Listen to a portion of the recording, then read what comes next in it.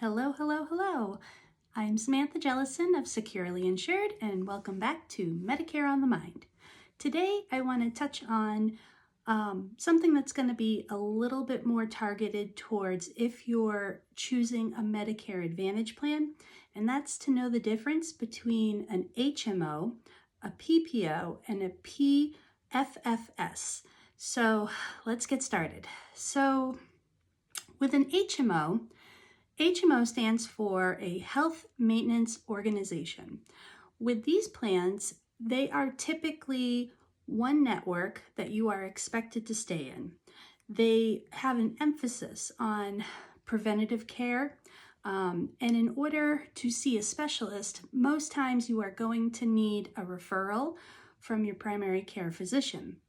And usually with these plans, you will receive somewhat richer benefits. Your Medicare Advantage plan may come with higher dental, vision, and hearing benefits. Sometimes your co-payments will be on the lower end, and cost share will be on the lower end. And in some cases, your formulary might be a little bit more extensive. So these plans typically are ideal for people who are not big into traveling or going outside of where their normal network would be, and typically tend to stay a little closer to home. The downside, obviously, is that it's not as flexible as something like a PPO plan, which we'll talk about next. A PPO plan, and PPO stands for Preferred Provider Network, and it's pretty much exactly how it sounds. You do have a network on these types of plans. They are a network of preferred providers. The other side to this is that you can go out of network. You can see doctors that are not, or providers that are not within your network. However, it usually comes at a slightly higher cost share, which means that your co-payments for these plans may be higher than if you saw a specialist in network, but you do have that flexibility and you do have the options to be able to look beyond what your network currently offers.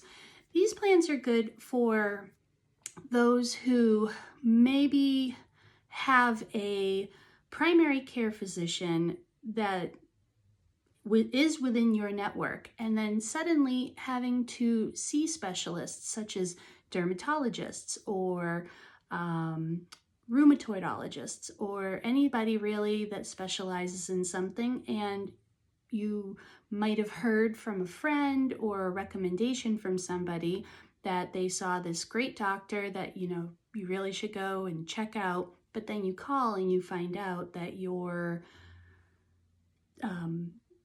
health plan is not within their network. So you do have the option of going. You may still need a referral, but you are able to make an appointment with somebody in that situation.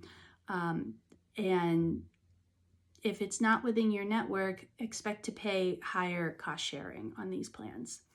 And then finally, I'd like to touch on a PFFS, which is called a private fee for service. These plans, while they are offered still in the Medicare Advantage space, they are typically not your $0 monthly premium plans. They do tend to have some form of a monthly premium attached to them. However, they offer the greatest flexibility of all those options. You may, as long as the doctor or provider agrees to the plan's terms, may see these doctors out of network that aren't covered within your network. You don't need a referral. You do need to know that you'll be expected to pay a higher cost share, or something also known as balance billing, if your plan does cover a portion of the services provided by that doctor, you'll be responsible for the balance. So if they charge more than what your plan is currently contracted to pay them, they may charge you slightly more. They do have the greatest flexibility and for the most part, they're going to provide the most flexible. There's not many out there. They are out there. It's just a matter of if you are looking to stay on a Medicare Advantage plan and you are looking for the greatest amount of flexibility, these plans typically can offer you that without having to go for the higher cost of a Medicare supplement, which would be the most flexible in regards to where you can be treated, seen by a doctor. And like I said, they're not typically $0 monthly premium plans. However, they're far more reasonable in some cases than a Medicare supplement might cost.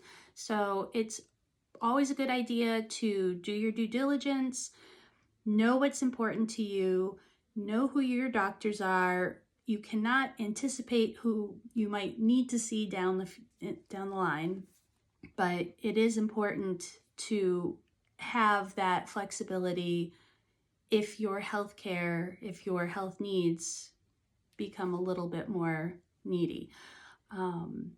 I hope this was helpful. I just wanted to touch on this. And like I said, I am Samantha Jellison of Securely Insured, and this is Medicare on the Mind. Stay tuned for our next episode, and I hope you have a wonderful day.